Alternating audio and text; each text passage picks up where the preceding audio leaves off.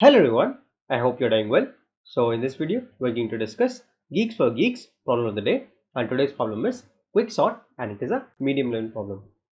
So I don't know why this problem even exists for a problem of the day, because it's nothing, it's a plain and simple quick sort. There is not even a single modification. All you have to do is you have to perform quick sort. So if you already know how to do it, you might not need to watch this video, but in case you have never done quick sort, or in case you are interested in learning or revising it again, then you're most welcome to this particular video, and we'll be understanding what quick sort is. Actually, quick sort is one of the most simplest sorting algorithms in terms of implementation as well as the code, but it really gives you an insight into what divide and conquer algorithms can look like, right? So we don't even need to discuss the sample input output, because they have given us an input and the output is just the sorted array. So this is what they are expecting, and let us have a look at how quicksort are performed. So in this video, our whole objective is to discuss only quicksort. We'll also discuss what is the time complexity of quicksort, and we'll see how it happens. So first of all, I'll need to create an array. So quicksort is just another sorting algorithm. So what we essentially do in quicksort is, for example, there are some elements, let's say A, B, C, D, E, F, G, H, I, J, K, right? So I'm going to choose any one of these elements, and that element will be called my pivot. So I'm going to just choose just a random element among these, and that is going to be called the pivot. Now what element I need to choose is completely up to me, but generally what we normally do in quicksort is we take the last element as pivot, right? So if we have this whole range of elements from low to high, this is the low index, and let's say this is the high index, the last index. We're going to take the element at index high as the pivot, right? So now we are left with elements starting from low till high minus 1, right? What are we going to do with these elements? Among these elements, some of the elements will be less than k, right? And the others will be greater than k, right? So let's say some of the elements are to the left of k and some of the elements are to the right of k. We don't know what are those elements yet, but we just know that some of the elements might be smaller and some of the elements might be bigger, right? So with this idea, what we try to do is, let me create an array again. So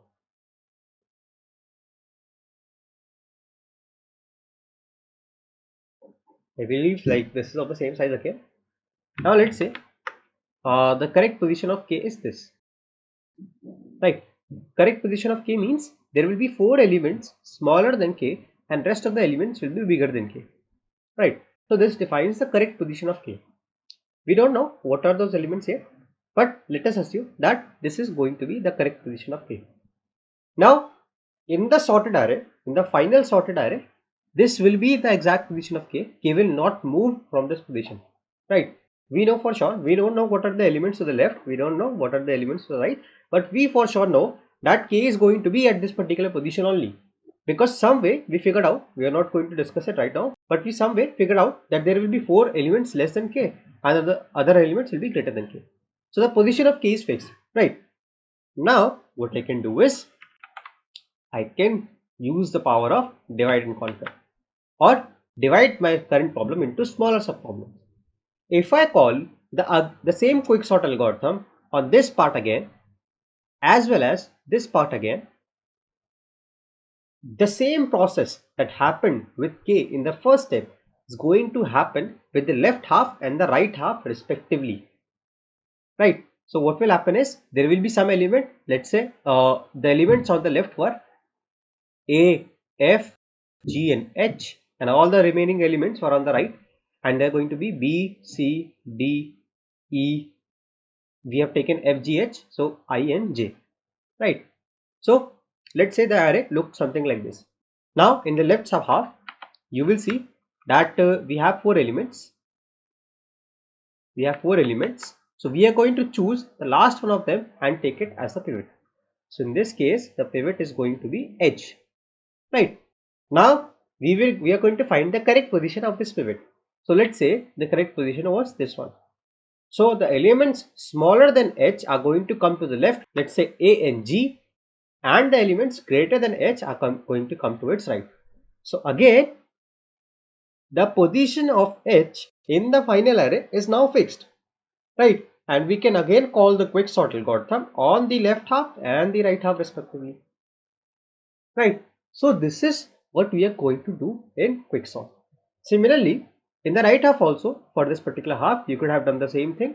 You could have fixed j as the pivot and then find the correct position of j, and then we are going to call the quicksort algorithm again on the left and the right half respectively. So I gave you an overview or a top level understanding of how a quicksort looks like. But now there are several questions. The first question itself is, how are we actually going to find the correct position of k? Right. So this is our first task. So let us discuss this, how we are going to find the correct position of the pivot. So now we are going to discuss this with the help of some examples.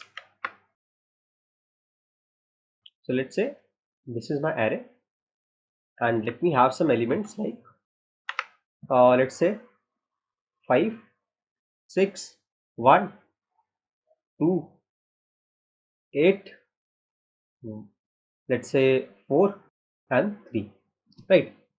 So now I want my pivot to be the last element, that is 3. So in this case my pivot is going to be 3, right? My low pointer is currently at this position and my high pointer is going to be at this position, right? So I'll try to make a for loop. Starting from low, right? So what I'm essentially trying to do is I'm going to traverse this particular range, right? So I'll be starting from the low position, I'll be going till less than high position, and I'll be incrementing my I pointer, right?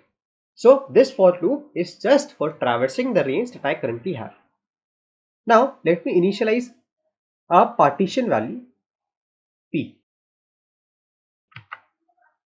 right? So this is going to be initially at low.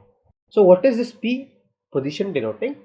That this is going to be the final position of the element 3 or the pivot, right? So initially it is initialized to low, right? Because I don't have any other elements right now, so I'm just initializing it with low, right?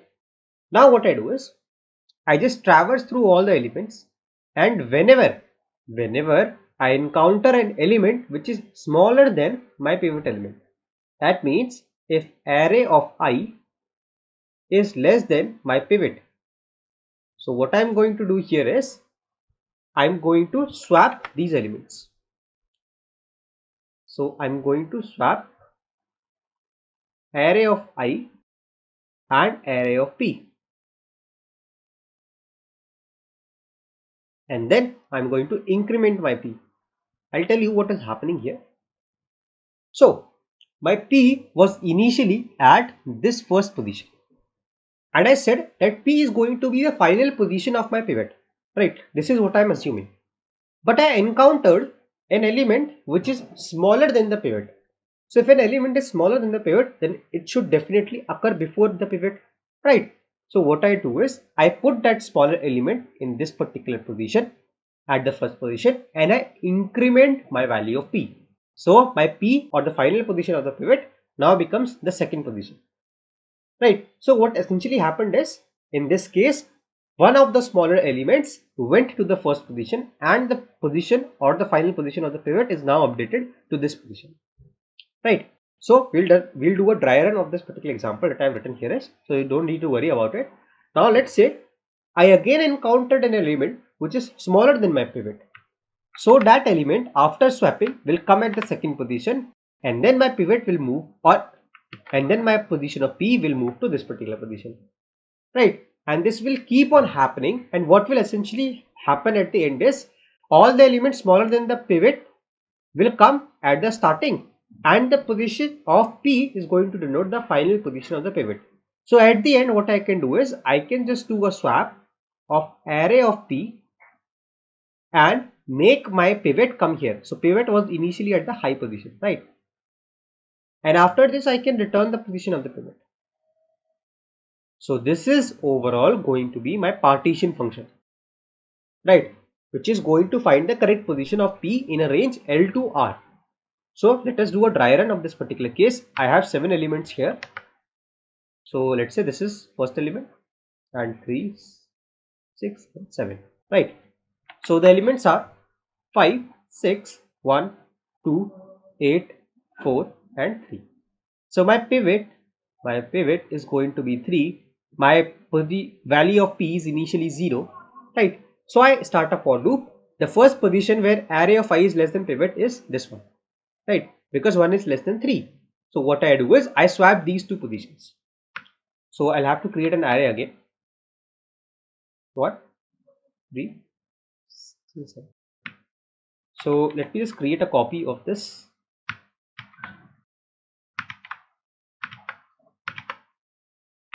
Right.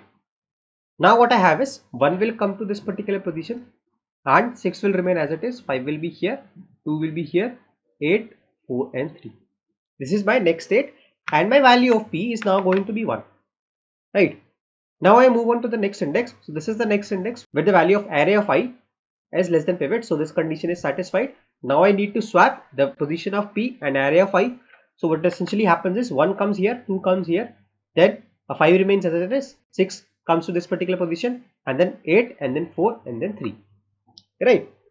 Now what will happen is in the next turn you will see that no element is smaller than the pivot. So the position of P last updated was 2. Right. One it was updated while moving 1 here and once it was updated while moving 2 here. So P is currently standing at this position. Now what will happen is 1 will come here, 2 will come here, 3 will come here, 6, 8, 4 and 5 will come here. Why? Because we did this operation that we will have to swap array of P and array of I. So these two positions will get swapped. Now you see our pivot was 3. All the elements smaller than 3 have come to the left of 3. Then we have 3 and all the elements bigger than 3 have come to the right of 3. Right. So this is how simple the algorithm was.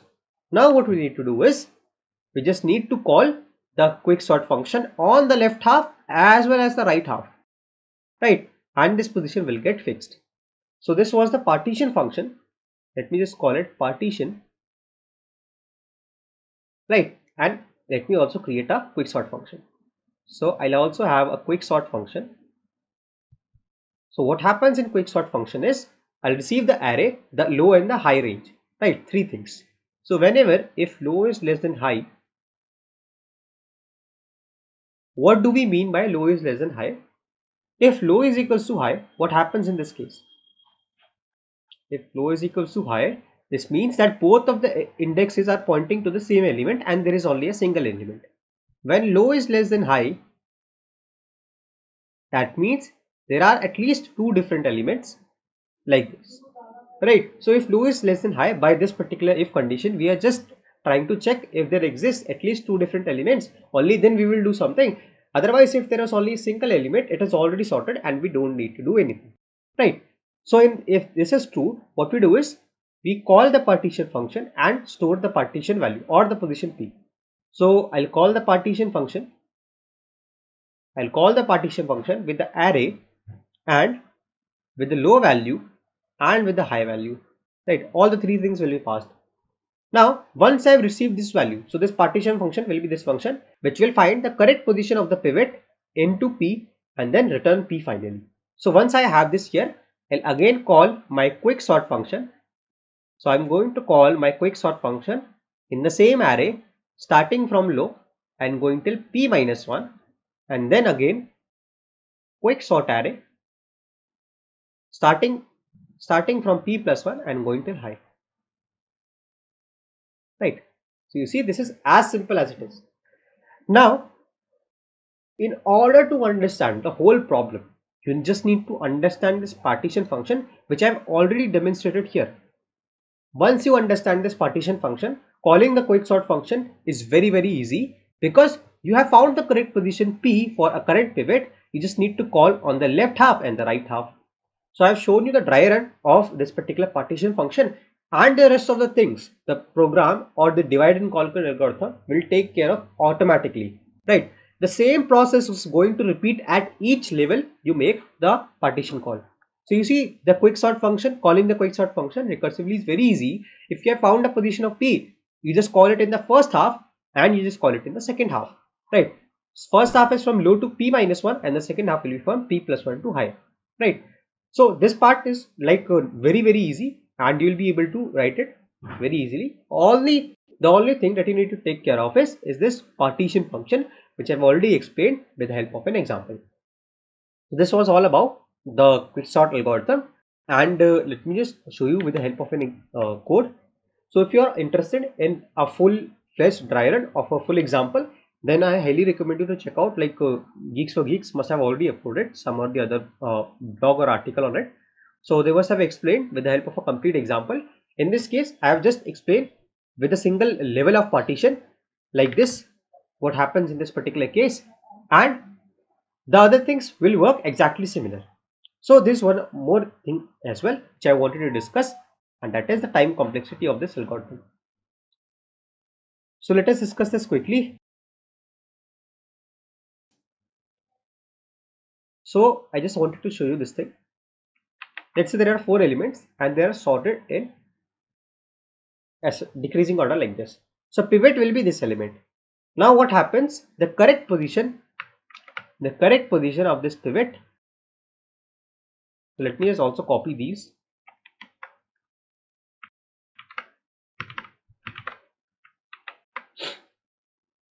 So the correct position of pivot is this one now, because there are no elements smaller than 1.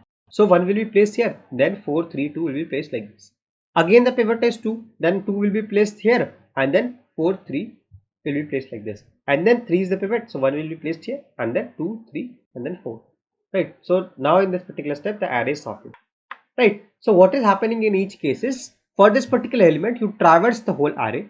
Again for this particular element you traverse this much array. Again for this particular element you traverse this much array. So essentially in the worst case, and the worst case is when the array is sorted in decreasing order, the time complexity is going to be O of n square. Right, this is the worst case complexity of quicksort, because for each element you are essentially going to travel almost the whole array. Now in the average case, it is going to be n log n, and this is why they have written n log n in the expected time complexity. Here you will see that it is n log n, because this is the time complexity in the average case, but you will see that the constraints on n are up to 10 to the power 3. That is because the worst case time complexity is O of n square. So you will see that this is the quicksort function, and what I have done is, if low is less than high, then I will mark my P as partition of array low and high. So I am giving a responsibility to the partition function to find me the correct position of the current pivot. So what it will do is, it will set the expected position of the pivot P as low and then the value of pivot as array of high. Now I am just going to traverse through the array from low to less than high, and if array of high is less than pivot, then I am going to swap array of high and position of P, and I'm going to increment my position of P. Now at the end I'm going to swap the position of P and the position of high to get my pivot to its correct position, and then I'll return the value of P. And then again, as simple as it looks, I'll just call quicksort on the left half by low, starting from low till P minus 1, and quicksort on the right half starting from P plus 1 till high. Right. So let me just submit this and show you that this approach works, and this is the correct implementation of quicksort. So you see that it passes all the test cases, and I hope that you guys were able to understand the solution. If you guys did, then consider dropping a like on this video, and don't forget to share thoughts in the comments, because your engagement with this particular video really helps the YouTube algorithm to understand that this video is actually helpful for you, and it will be able to reach more number of people like you who want to keep solving new problems. So I see a lot of people who watch these videos have not subscribed yet. In case you're one of them, then definitely consider subscribing. It's always free of cost, and you can always subscribe if you don't find the videos interesting later. So share this channel with your friends. Until the next video drops, keep coding, stay safe, bye bye.